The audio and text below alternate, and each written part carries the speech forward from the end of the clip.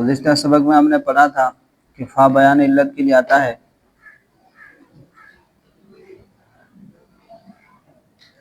اس میں شوافع اور احناف کا اختلاف ہے کہ طلاق کا تعلق عورت کے ساتھ ہے یا مرد کے ساتھ ہے۔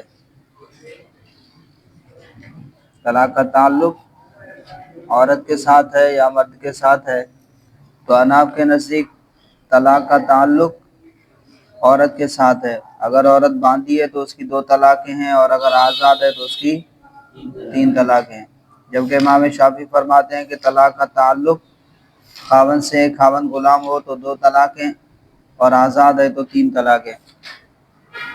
اب اسی اصول پر کہ کبھی فا بیان علت کے لیے ہوتی ہے، ہمارے فقہا یہ مسئلہ جو ہے متفرق فرماتے ہیں کہ جب منقوع باندی کو آزاد کر دیا جائے تو کیا اسے خیار اعتقاد حاصل ہوتا ہے یا نہیں، یعنی اسے اختیار حاصل ہوگا یا نہیں۔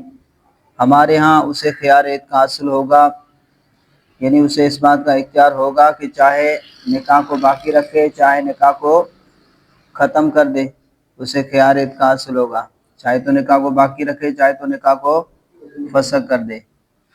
جب منقوع باندھی ہے اسے مالک نے آزاد کر دیا، اس سے خیار اعتقاد حاصل ہوگا، چاہے تو خاوند کے ساتھ رہے چاہے تو خاوند سے علیحدہ ہو جائے، اس کو اختیار ہوگا۔ رہنا چاہتی ہے تو رہے، ساتھ رہنا چاہتی ہے تو رہے، جدائی چاہتی ہے تو خاوند سے جدا ہو جائے، نکاح ختم ہو جائے گا، خواہ اس کا شوہر جو ہے خاوند جو ہے آزاد ہو یا غلام ہو۔ جبکہ امام شافعی کا مذہب یہ ہے کہ جب خاوند آزاد ہو تو بیوی کو خیار اعتقاد حاصل نہیں ہوگا، اور جب غلام ہو تو پھر خیار اعتقاد حاصل ہوگا، کیونکہ جب غلام ہوئے تو پھر برابری نہ رہی، لہذا پھر بیوی کو جو ہے نا اس منقوع باندھی جس کو مالک نے آزاد کیا اسے پھر خیار اعتقاد حاصل ہوگا۔ اس مسئلے کی تشریح ہم کر چکے تھے، صرف عبارت رہتی تھی، دوبارہ سن لیں اس کو۔ وَعَلَى هَذَا قَالَ أَصْحَابُنَا، اور اسی اصول پر کہ کبھی فا بیان علت کے لیے ہوتی ہے، ہمارے فقہا فرماتے ہیں اذا اعتقت المنقوعۃ المنقوحۃ، کہ جب آزاد کر دی گئی منقوحہ باندی، ثبت لها الخیار، تو اس کے لیے خیار ثابت ہوگا، اس کے لیے خیار ثابت ہوگا، چاہے وہ خاوند کے ساتھ رہے چاہے خاوند سے علیحدگی اختیار کر لے، اسے اختیار ہوگا۔ سواء کان زوجها عبدا او حرا، برابر ہے کہ اس باندی کا جس کو مالک نے آزاد کیا ہے اس کا خاوند غلام ہو یا آزاد ہو، برابر ہے کہ اس کا خاوند غلام ہو یا آزاد ہو۔ لأن قولہ علیہ السلام لبریرۃ حین اعتقت، اس لیے کہ حضور علیہ السلام کا فرمان حضرت بریرہ کے لیے حین اعتقت، اس وقت جب اسے آزاد کیا گیا، حضور نے فرمایا ملکتی بضاعکی فاختاری، تو مالک ہو گئی ہے اپنے بضاع کی، فاختاری، پس تو اختیار کر لے، اپنے آپ کو اختیار کر لے۔ اثبت الخیار لہا، تو حضور علیہ السلام نے حضرت بریرہ کے لیے خیار کو ثابت فرمایا، حضور نے خیار کو ثابت فرمایا لہا یعنی بریرہ کے لیے، بسبب ملکہا وسعہا بالعتق، آزادی کے سبب سے، بالعتق، آزادی کی وجہ سے، اپنے بضاع کا مالک ہونے کی وجہ سے، آزادی کے ساتھ اپنے بضاع کا مالک ہونے کے سبب سے، اپنے بضاع کا مالک ہونے کی وجہ سے حضور نے ان کے لیے خیار کو ثابت فرمایا۔ وَهَذَا الْمَعْنَى، اور یہی علت ہے، وَهَذَا الْمَعْنَى، اور یہ معنی یعنی اسی علت کی وجہ سے، علت کیا ہے کہ اپنے بضاع کے مالک ہونے کی وجہ سے، اپنے بضاع کے مالک ہونے کی وجہ سے، آزادی کی وجہ سے، اپنے بضاع کا مالک ہو جانے کی وجہ سے، لا یتفاوت بین کون الزوج عبدا او حرا، لا یتفاوت، فرق نہیں ہے، تفاوت نہیں ہے، بین کون الزوج عبدا او حرا، اس درمیان کہ خواہ شوہر جو ہے غلام ہو یا آزاد ہو، وہذا المعنی، اور اس معنی کی وجہ سے، یعنی اس علت کی بنا پر، وہ علت کیا ہے؟ آزادی کی وجہ سے، اپنے بزا کا مالک ہونے کی وجہ سے، لا یتفاوت بین کون الزوج عبدا و حرا، تو اس درمیان فرق نہیں ہے کہ اس کا خاوند غلام ہو یا آزاد ہو۔ ویتفرع منہ مسألۃ اعتبار الطلاق بالنساء، اور متفرع ہوتا ہے اس سے عورتوں کے ساتھ طلاق کے اعتبار کا مسئلہ، کہ ہمارے نزدیک طلاق کا تعلق کس کے ساتھ ہے؟ عورت کے ساتھ ہے، اور شوافی کے نزدیک مرد کے ساتھ ہے۔ ہمارے نزدیک اگر عورت باندھی ہے تو 2 طلاقیں، آزاد ہے تو 3 طلاقیں، اور امام شافعی فرماتے ہیں کہ نہیں، طلاق کا تعلق مرد کے ساتھ ہے، اگر مرد آزاد ہے تو 3 طلاقیں، غلام ہے تو 2 طلاقیں، 2 طلاقوں کا مالک ہے۔ تو اسی سے متفرع ہوتا ہے عورتوں کے ساتھ طلاق کے اعتبار کا مسئلہ۔ فَإِنَّ بُزْعَ الْأَمَةِ الْمَنْكُوحَةِ، اس لیے کہ منکوحہ باندی کا بزع، اس لیے کہ منکوحہ باندی کا بزع، بزع کہتے ہیں فرج مرا کو، عورت کی شرمگاہ کو کہتے ہیں، اس لیے کہ منکوحہ باندی کا بزع ملک الزوج، یہ کیا ہے؟ شوہر کی ملکیت ہے، خاوند کی ملکیت ہے۔ ولم یزل، ولم یزل، لم یزل مانے ہمیشہ، یزال یزول سے، ولم یزل عن ملکہ بعتقہا، ولم یزل عن ملکہ بعتقہا، تو وہ بزع اس شوہر کے، اس خاوند کے ملک سے زائل نہیں ہوتا، بعتقہا، اس باندی کی آزادی کی وجہ سے، وہ بزع شوہر کی ملک سے زائل نہیں ہوتا باندی کی آزادی کی وجہ سے۔ فدعت الضرورۃ الی القول بازدیاد الملک بعتقہا، تو ضرورت داعی ہوئی الی القول، اس بات کو اختیار کرنے کی طرف، بازدیاد الملک بعتقہا، اس باندی کی آزادی کی وجہ سے، ملک کے بڑھ جانے کی وجہ سے۔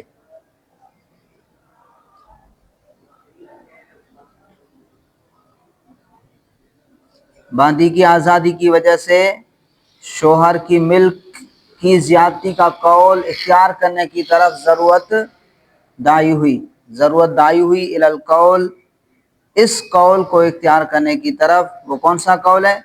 بازدیاد الملک بعتقہا، باندی کی آزادی کی وجہ سے ملک کی زیادتی، باندی کی آزادی کی وجہ سے ملک کی زیادتی کی وجہ سے اس قول کو اختیار کرنا پڑا کہ طلاق کا تعلق جو ہے عورت کے ساتھ ہے، کیونکہ پہلے جو ہے اس کے جو ہے 2 طلاقیں تھیں، جب آزاد ہو گئی تو کتنی ہو گئی؟ 3 طلاقیں ہو گئیں، تو اس کے اندر وہ ملکیت، شوہر کی ملکیت کیا ہو گئی؟ بڑھ گئی۔ جب ملکیت بڑھ گئی تو اس عورت کو اختیار ہے، اسے خیار عتق ثابت ہوگا، حاصل ہوگا۔ تو باندی کی آزادی کی وجہ سے شوہر کی ملک کی زیادتی کا قول اختیار کرنے کی طرف ضرورت داعی ہوئی، حتی یثبت لہ الملک فی الزیادۃ، یہاں تک کہ ملکیت خاوند کے لیے ثابت ہو جائے گی، فی الزیادۃ، زیادتی میں، شوہر کے لیے ملک کی زیادتی ثابت ہو جائے گی۔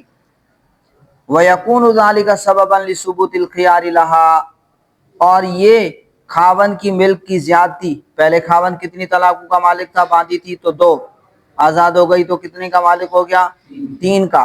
تو یہ شوہر کی ملک کی زیادتی جو ہے یہ سبب ہے لثبوت الخیار لہا، باندھی کے لیے خیار کے ثبوت کا، لثبوت الخیار لہا، اس باندھی کے لیے ثبوت خیار کا یہ سبب ہے۔ وازدیاد ملک البزع بعتقہا، باندھی کی آزادی کی وجہ سے ملک بزع کا زیادہ ہونا، ملک بزع کا زیادہ ہونا۔ معنی، اب یہاں سے کہنا یہ علت ہے، بعتقہا، ہا ضمیر سے مراد کون ہے؟ باندھی، باندھی کی آزادی کی وجہ سے ملک بزع کی زیادتی، ملک بزع کا زیادہ ہونا، باندھی آزاد ہوئی تو کتنی طلاقیں ہو گئیں؟ خاوند کتنے کا مالک ہو گیا؟ 3 کا۔ تو اس کی آزادی کی وجہ سے ملک بزع میں جو زیادتی ہوئی ہے، یہ معنی ہے، یعنی علت ہے، مسألۃ اعتبار الطلاق بالنساء، عورتوں کے ساتھ طلاق کے اعتبار کا۔ تو یہ علت ہے مسالتی اعتبار طلاق بالنساء، عورتوں کے ساتھ طلاق کے اعتبار کے مسئلے کی۔ یہ کیا ہے؟ علت ہے، یہی معنی ہے کہ طلاق کا تعلق کس سے ہے؟ عورت کے ساتھ ہے۔ ہمارے نزدیک کس کے ساتھ ہے؟ عورت کے ساتھ ہے۔ تو کہہ رہے ہیں کہ عورتوں کے ساتھ طلاق کے اعتبار کا مسئلے کی یہ معنی ہے، یہ علت ہے۔ فیدار حکم مالکیت الثلاث علی عتق الزوجۃ، تو کہہ رہے ہیں کہ حکم کا مالکیت الثلاث، یہاں سے ترجمہ کریں کہ تین طلاقوں کے مالک ہونے کا حکم، تین طلاقوں کے مالک ہونے کے حکم کا جو مدار ہے علی عتق الزوجۃ، وہ بیوی کی آزادی پر دائر ہوگا، بیوی کی آزادی پر ہوگا۔ فیدار حکم مالکیت الثلاث، تو حکم کا مدار ہوگا مالکیت الثلاث، تین طلاقوں کے مالک ہونے کا۔ یہ تین طلاقوں کا مالک ہونے کا حکم جو ہے اس کا مدار ہوگا علی عتق الزوجۃ، بیوی کی آزادی پر، دون عتق الزوج، نہ کہ خاوند کی آزادی پر، کما ہوا مذہب الشافعی رحمہ اللہ، جیسا کہ امام شافعی رحمہ اللہ کا مذہب ہے۔ فصل فی ثم، یہ فصل ہے ثم کے بیان میں۔ اب یہاں سے پہلے کس کو بیان کیا؟ واو کو، پھر کس کو بیان کیا؟ فا کو، اب بیان کر رہے ہیں ثم کو۔ تو ثم کے اندر امام صاحب اور صاحبین کا اختلاف ہے۔ فصل ثم، یہ فصل ہے ثم کے بیان میں۔ ثم للتراخی، ثم تراخی کے لیے آتا ہے، لیکنہ عند ابی حنیفہ رحمہ اللہ یفید التراخی فی اللفظ والحکم۔ اب تیسرا حرف ثم ہے، ثم تراخی کے لیے آتا ہے، یعنی معطوف کو معطوف علیہ کے ساتھ حکم میں شریک کرتا ہے، لیکن تاخیر اور مہلت کے ساتھ۔ جیسے جانی زید ثم امر، میرے پاس زید آیا پھر امر آیا، تو اس کا مطلب یہ ہے کہ حکم مجیت میں زید اور امر دونوں کیا ہیں؟ شریک ہیں۔ امر زید کے ساتھ شریک ہے، لیکن امر کا آنا زید کے آنے کے فوراً بعد نہیں ہے، بلکہ کچھ تاخیر کے ساتھ ہے، تاخیر کے ساتھ ہے۔ یعنی پہلے کیا ہے؟ امر زید آیا ہے اور اس کے کچھ دیر کے بعد، فوراً نہیں بلکہ کچھ دیر کے بعد امر آیا ہے، جانی زید ثم امر۔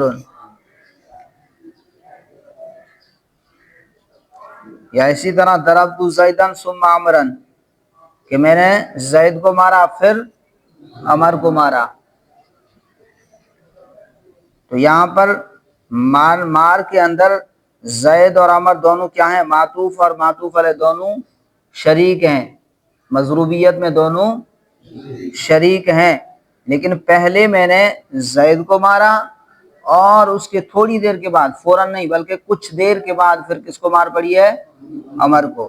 تو یہ کس نے بتایا؟ ثم نے۔ ثم تراخی کے لیے آتا ہے۔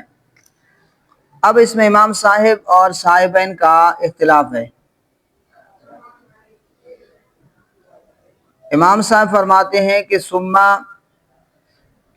یہ تراخی فی اللفظ اور تراخی فی الحکم دونوں کا فائدہ دیتا ہے۔ امام صاحب فرماتے ہیں کہ لفظوں میں اور حکم میں یہ ثم تراخی کا فائدہ دیتا ہے، لفظ میں بھی اور حکم میں بھی تراخی کا فائدہ دیتا ہے، جبکہ صاحبین فرماتے ہیں کہ ثم تراخی کا فائدہ دیتا ہے صرف حکم میں۔ کس میں؟ صرف حکم میں، لفظ میں فائدہ نہیں دیتا۔ لفظ میں تراخی کا مطلب کیا ہے؟ گویا کہ متکلم نے معطوف علیہ کا تکلم کر کے کچھ سکوت اختیار کیا، پھر اس کے بعد معطوف پر تکلم کیا ہو، جیسے جانی زیدن، اب تھوڑی دیر خاموش رہا، ثم امرن، پھر خاموشی کے بعد اس نے کیا کہا ہے؟ جانی امرن۔ گویا کہ اس نے یوں کہا ہے، گویا کہ اس نے یوں کہا ہے۔ تو جانی زیدن کہہ کر وہ تھوڑی دیر خاموش رہا، پھر جو ہے کچھ دیر کے بعد اس نے کہا ثم امرن یا جانی امرن، تو گویا کہ اس نے یوں کہا ہے۔ اور حکم میں تراخی کا مطلب یہ ہے کہ حکم پہلے معطوف علیہ کے لیے ثابت ہوگا، پھر جو ہے کچھ تاخیر کے بعد معطوف کے لیے ثابت ہوگا۔ حکم پہلے معطوف علیہ کے لیے ثابت ہوگا اور کچھ تاخیر کے بعد کس کے لیے ثابت ہوگا؟ معطوف کے لیے ثابت ہوگا۔ امام صاحب دلیل دیتے ہیں کہ ثم مطلق تراخی کے لیے آتا ہے۔ کس کے لیے آتا ہے؟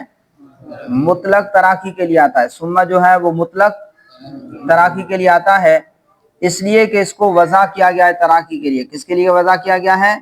تراخی کے لیے وضع کیا گیا ہے۔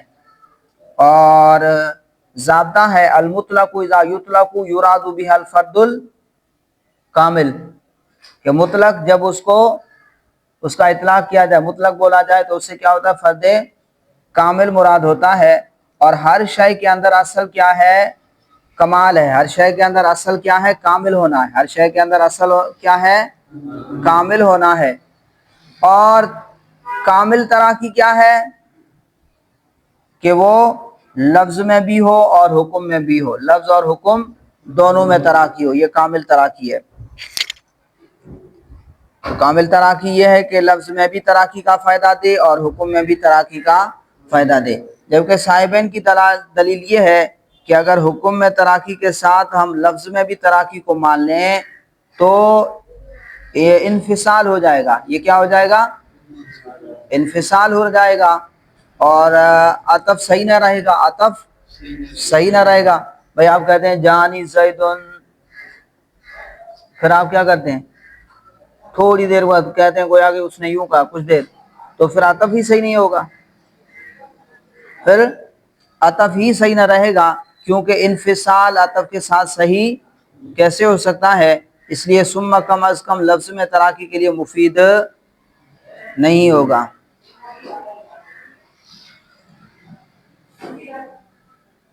تو صاحبان فرماتے ہیں کہ اگر حکم میں تراخی کے ساتھ ہم لفظ میں بھی تراخی کو مان لیں تو انفصال ہو جائے گا اور عطف صحیح نہ رہے گا۔ لہذا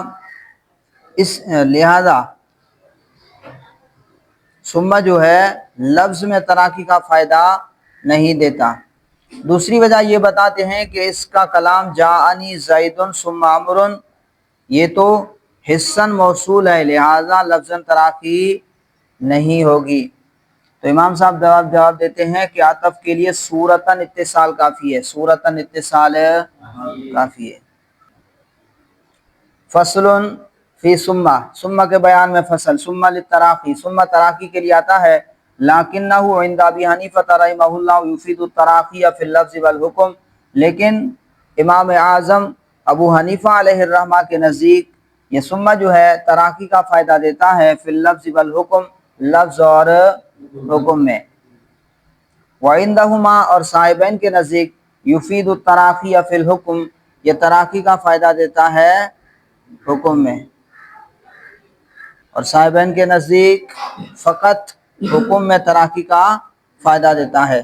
وبیانہ فیما، اور اس اختلاف کی وضاحت، اس اختلاف کا بیان فیما اس صورت میں ہے، اذا قال لغیر المدخول بہا، اذا قال لغیر المدخول بہا، جب کسی آدمی نے غیر مدخول بہا عورت سے کہا ان دخلت الدار فانت طالق ثم طالق ثم طالق، کہ اگر تو گھر میں داخل ہوئی تو تجھے طلاق ہے، پھر طلاق، پھر طلاق۔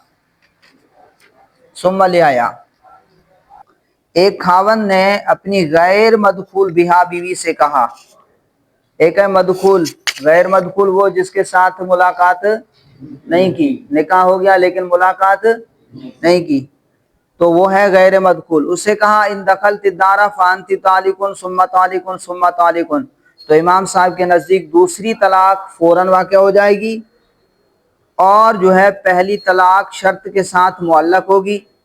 پہلے کیا کہا؟ ان دخلت الدار، اگر تو گھر میں داخل ہوئی، شرط ہے نا، اگر تو گھر میں داخل ہوئی تو یہ پہلی طلاق شرط کے ساتھ معلق ہوگی، دوسری فوراً واقع ہو جائے گی، اور تیسری طلاق لغو ہو جائے گی، تیسری طلاق لغو ہو جائے گی۔ بھائی لغو کیوں ہوگی؟ کیونکہ غیر مدخول بہا جو عورت ہوتی ہے وہ ایک طلاق رجی سے بھی بائنہ ہو جاتی ہے، نہ اس کی عدت ہوتی ہے، ایک طلاق دی کام ختم، نکاح ختم، بائنہ، ایک طلاق سے ہی بائنہ ہو جاتی ہے۔ جبکہ صاحبین فرماتے ہیں کہ تینوں طلاقیں، صاحبین فرماتے ہیں تینوں طلاقیں شرط کے ساتھ معلق ہوں گی، تینوں طلاقیں شرط کے ساتھ معلق ہوں گی۔ جب شرط پائی جائے گی تو پھر پہلی طلاق واقع ہوگی اور دوسری اور تیسری لغو ہو جائیں گی، کیونکہ پہلی طلاق جب واقع ہوگی اگر وہ گھر میں داخل ہوگی تو اسے طلاق پہلی ہو جائے گی، باقی دوسری اور تیسری کیونکہ پہلی طلاق سے ہی وہ بائنہ ہو گئی، کیا ہو گئی؟ بائنہ ہو گئی، تو دوسری اور تیسری لغو ہو جائیں گی۔ امام صاحب کے نزدیک ثم تراخی فی اللفظ کا بھی فائدہ دیتا ہے، تراخی فی اللفظ کا بھی فائدہ دیتا ہے، گویا اس نے یہ کہا ہے ان دخلت الدار فانت طالق، پھر تھوڑی دیر خاموش رہا پھر کہا انت طالق، پھر تھوڑی دیر خاموش رہا پھر کہا انت طالق، تو تینوں طلاقیں علیحدہ علیحدہ ہوئیں، تینوں طلاقیں علیحدہ علیحدہ ہوئیں۔ تو پہلی طلاق شرط کے ساتھ معلق ہو جائے گی کہ پہلے کیا کہا ان دخلت الدار فانت طالق، تو یہ جو ہے پہلی طلاق شرط کے ساتھ معلق ہو جائے گی، دوسری فوراً واقع ہو جائے گی کیونکہ وہ جو ہے متراخی ہونے کی وجہ سے شرط کے ساتھ معلق نہیں ہے جی، وہ دوسری طلاق جو ہے فوراً واقع ہو جائے گی کیونکہ وہ شرط کے ساتھ معلق نہیں ہے۔ پھر بائنہ ہونے کی وجہ سے کیونکہ بیوی محل طلاق نہ رہی، اب اس کی بیوی نہ رہی، پہلی طلاق سے ہی دوسری طلاق جب پڑ گئی تو وہ طلاق پڑ جانے کی وجہ سے وہ کیا ہو گئی؟ بائنہ ہو گئی، جب بائنہ ہو گئی تو محل طلاق نہ رہی، لہذا تیسری طلاق جو ہے وہ لغو ہو جائے گی، تیسری طلاق لغو ہو جائے گی۔ جبکہ صاحبین فرماتے ہیں کہ ثم تراخی فی اللفظ کا فائدہ نہیں دیتا، لہذا کلام موصول ہی رہے گا، لہذا تینوں طلاقیں شرط کے ساتھ معلق ہوں گی، لیکن جب شرط پائی جائے گی تو حکم میں تراخی ہونے کی وجہ سے پہلی طلاق واقع ہوگی، پھر پہلی طلاق واقع ہو جانے کے بعد چونکہ وہ بائنہ ہو گئی اور وہ عورت محل طلاق نہ رہی، لہذا دوسری اور تیسری طلاق لغو ہو جائے گی۔ وَبَيَانُهُ فِيمَا، اور اس اختلاف کی وضاحت اس صورت میں ہے اذا قال لغیر المدخول بها، جب کسی آدمی نے اپنی بیوی کون سی؟ غیر مدخول بها سے کہا ان دخلت الدار فانت طالق، اگر تو گھر میں داخل ہوئی تو تجھے طلاق، ثم طالق ثم طالق، پھر طلاق پھر طلاق، فَعِنْدَهُ يَتَعَلَّقُ الْأُولَى بِالدُّخُولِ، تو امام اعظم ابو حنیفہ کے نزدیک پہلی طلاق دخول کے ساتھ متعلق ہوگی، معلق ہوگی، پہلی طلاق دخول کے ساتھ معلق ہوگی یعنی داخل ہوگی تو ہوگی۔ وَتَقَعُ الثَّانِيَةُ، اور دوسری فوراً، وَتَقَعُ الثَّانِيَةُ، دوسری واقع ہو جائے گی فی الحال فوراً، دوسری طلاق اسی وقت واقع ہو جائے گی۔ وَلَغَتِ الثَّالِثَةُ، اور تیسری کیا ہو جائے گی؟ لغو ہو جائے گی، تیسری لغو ہو جائے گی۔ وَعِنْدَهُمَا، اور صاحبین کے نزدیک يَتَعَلَّقُ الْكُلُّ بِالدُّخُولِ، تمام طلاقیں دخول پر معلق ہوں گی، تمام طلاقیں دخول پر معلق ہوں گی، دخول کے ساتھ متعلق ہوں گی یعنی معلق ہوں گی دخول پر۔ ثم عند الدخول، پھر دخول کے وقت یظہر الترتیب، ترتیب ظاہر ہوگی، فلا یقع الا واحدۃ، تو بس ایک ہی طلاق واقع ہوگی، فلا یقع واقع نہیں ہوگی الا واحدۃ، مگر ایک، تو ایک ہی طلاق واقع ہوگی۔ ولو قال، اگر خاوند نے یہ کہا انت طالق ثم طالق ثم طالق ان دخلت الدار، اب یہاں پر دیکھیں شرط کو کیا لے آیا ہے؟ مؤخر لایا ہے، شرط کو کیا لایا ہے؟ مؤخر لایا ہے۔ اب اگر شوہر نے اپنی بیوی غیر مدخول بہا سے یہ کہا انت طالق ثم طالق ثم طالق ان دخلت الدار، شرط کو مؤخر کیا، تو امام صاحب کے نزدیک ثم تراخی کا لفظ میں بھی فائدہ دیتا ہے، گویا اس نے یوں کہا انت طالق، پھر خاموش رہا پھر کہا انت طالق، پھر تھوڑی دیر خاموش رہا پھر کہا ثم طالق ان دخلت الدار، تو تیسری طلاق شرط کے ساتھ معلق ہوگی اور پہلی طلاق فوراً واقع ہو جائے گی، پھر چونکہ پہلی طلاق واقع ہونے کے بعد بیوی بائنہ ہو گئی، محل طلاق نہ رہی، لہذا دوسری اور تیسری طلاق کیا ہو جائیں گی؟ لغو ہو جائیں گی، کیونکہ وہ ایک ہی سے کیا ہو گئی؟ بائنہ ہو گئی۔ تو جبکہ صاحبین کے نزدیک ثم جو ہے لفظ میں تراکی کا فائدہ نہیں دیتا، لہٰذا تینوں طلاقیں شرط کے ساتھ معلق ہوں گی۔ پس جب شرط پائی جائے گی تو حکم میں تراکی کی وجہ سے پہلی طلاق واقع ہو جائے گی۔ تو جب شرط پائی جائے گی تو پھر پہلی طلاق واقع ہو جائے گی۔ جب پہلی طلاق واقع ہونے کے بعد، جب پہلی طلاق واقع ہو گئی تو اب کیونکہ بیوی بائنہ ہو گئی اور محل طلاق نہ رہی، لہذا دوسری اور تیسری لغو ہو جائیں گی۔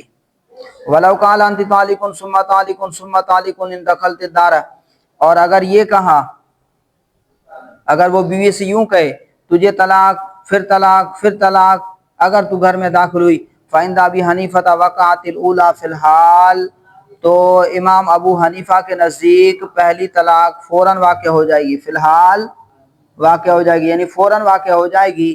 وَلَغَتِ الثَّانِيَةُ وَالثَّالِثَةُ، اور دوسری اور تیسری طلاق لغو ہو جائیں گی۔ وَعِنْدَهُمَا يَقَعُ الْوَاحِدَةُ عِنْدَ الدُّخُولِ، اور صاحبین کے نزدیک تمام کی تمام معلق ہوں گی شرط پر۔ جب شرط پائی جائے گی تو پہلی واقع ہوگی، پہلی واقع ہونے کے بعد بیوی بائنہ ہو گئی، محل طلاق نہ رہی، لہذا اب دوسری اور تیسری لغو ہو جائیں گی۔ تو صاحبین کے نزدیک تینوں معلق ہوں گی شرط پر۔ تو جب شرط پائی جائے گی تو پہلی واقع ہو جائے گی، جب پہلی واقع ہو گئی تو بیوی بائنہ ہو گئی، بائنہ ہونے کے بعد اب وہ اس کی بیوی نہیں ہے تو طلاق کیسے دے سکتا ہے؟ وَعِنْدَهُمَا، اور صاحبین کے نزدیک يَقَعُ الْوَاحِدَةُ عِنْدَ الدُّخُولِ، ایک واقع ہوگی عند الدخول، دخول کے وقت، لما ذکرنا، اس وجہ سے جو ہم نے ذکر کیا، دخول کے وقت ایک طلاق واقع ہوگی اس اصول کی وجہ سے جو اس کو ہم ذکر کر چکے، بیان کر چکے۔ وَإِنْ كَانَتِ الْمَرْأَةُ مَدْخُولًا بِهَا، اور اگر عورت مدخول بہا ہو، اور اگر عورت مدخول بہا ہو، فَإِنْ قَدَّمَ الشَّرْطَ تَعَلَّقَتِ الْأُولَى بِالدُّخُولِ وَيَقَعُ سِنْتَانِ فِي الْحَالِ۔ اب یہاں سے دیکھیں، اگر بیوی مدخول بہا ہے، مدخول ہے، مدخول بہا سمجھتے ہو جس کے ساتھ ملاقات کر چکا ہے، اگر وہ ہے تو پھر کیا ہوگا؟ یا تو شرط کو مؤخر کرے گا یا مقدم کرے گا۔ اگر یوں کہا ان دخلت الدار فانت طالق ثم طالق ثم طالق، تو امام صاحب کے نزدیک دوسری اور تیسری طلاق فوراً واقع ہو جائیں گی اور پہلی شرط جو ہے معلق ہوگی، پہلی شرط معلق ہوگی، کیونکہ امام صاحب کے نزدیک ثم جو ہے لفظ میں بھی تراکی کا فائدہ دیتا ہے، تو گویا اس نے یوں کہا ان دخلت الدار فانت طالق، پھر خاموش رہا، پھر کہا انت طالق، پھر خاموش رہا تو دیر، پھر کہا ثم انت طالق، تو اس طرح دوسری اور تیسری طلاق سکوت فی التکلم اور تراخی فی التکلم، یعنی لفظوں پر سکوت کی وجہ سے، تو دوسری اور تیسری معلق نہیں ہوں گی، دوسری اور تیسری معلق نہیں ہوں گی بلکہ فوراً واقع ہو جائیں گی۔ کیا ہو جائیں گی؟ فوراً واقع ہو جائیں گی۔ البتہ پہلی طلاق شرط کے ساتھ معلق ہوگی، پہلی طلاق شرط کے ساتھ معلق ہوگی۔ پھر اگر عدت کے اندر دخول دار پایا گیا تو وہ پہلی طلاق بھی واقع ہو جائے گی، ورنہ نہیں ہوگی۔ اور صاحبین کے نزدیک چونکہ ثم تراخی فی اللفظ کا فائدہ نہیں دیتا، اس لیے تینوں طلاقیں شرط کے ساتھ معلق ہوں گی۔ جب شرط پائی جائے گی تو تینوں طلاقوں ہیں واقع ہو جائیں گی، یک کے بعد دیگرے واقع ہو جائیں گی۔ وَإِنْ كَانَتِ الْمَرْأَةُ مَدْخُولًا بِهَا، اور اگر کیا عورت کیا ہو؟ مدخول بہا ہو، فَإِنْ قَدَّمَ الشَّرْطَ، تو اگر شوہر شرط کو مقدم ذکر کرے، تعلقت الأولیٰ بالدخول، تو پہلی طلاق دخول کے ساتھ متعلق ہوگی، وَيَقَعُ سِنْتَانِ فِي الْحَالِ، اور دو طلاقیں فوراً واقع ہو جائیں گی عند ابی حنیفہ رحمہ اللہ تعالی، امام اعظم ابو حنیفہ علیہ الرحمہ کے نزدیک۔ وَإِنْ أَخَّرَ الشَّرْطَ، اور اگر شرط کو مؤخر کرے، کیا کہا؟ انت طالق ثم طالق ثم طالق ان دخلت الدار، اب شرط کو مؤخر کر دیا تو امام صاحب کے نزدیک ثم تراخی فی اللفظ کا فائدہ دیتا ہے، اس لیے گویا کہ اس نے یوں کہا انت طالق، پھر خاموش رہا، پھر کہا ثم طالق، پھر تو ادھر خاموش رہا، پھر کہا ثم طالق ان دخلت الدار، تو پہلی دو طلاقیں شرط کے ساتھ معلق نہ ہونے کی وجہ سے فوراً واقع ہو جائیں گی، اور تیسری طلاق شرط کے ساتھ معلق ہوگی۔ اگر عدت کے اندر دخول عدت دار کی شرط پائی گئی تو تیسری طلاق بھی واقع ہو جائے گی، ورنہ نہیں۔ جبکہ صاحبین کے نزدیک چونکہ ثم جو ہے تراکی فی اللفظ کا فائدہ نہیں دیتا، لہذا تینوں طلاقیں شرط کے ساتھ معلق ہوں گی، شرط پائی جائے گی تو پھر جو ہے تینوں طلاقیں یک کے بعد دیگرے کچھ تاخیر کے ساتھ، پہلے پہلی ہوگی پھر دوسری ہوگی پھر تیسری ہوگی، تاخیر کے ساتھ واقع ہو جائیں گی۔ وَإِنْ أَخَّرَ الشَّرْطَ، اور اگر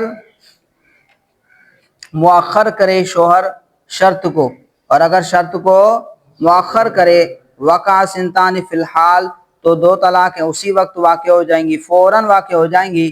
وَتَعَلَّقَتِ الثَّالِثَةُ بِالدُّخُولِ، اور تیسری طلاق دخول کے ساتھ معلق ہوگی۔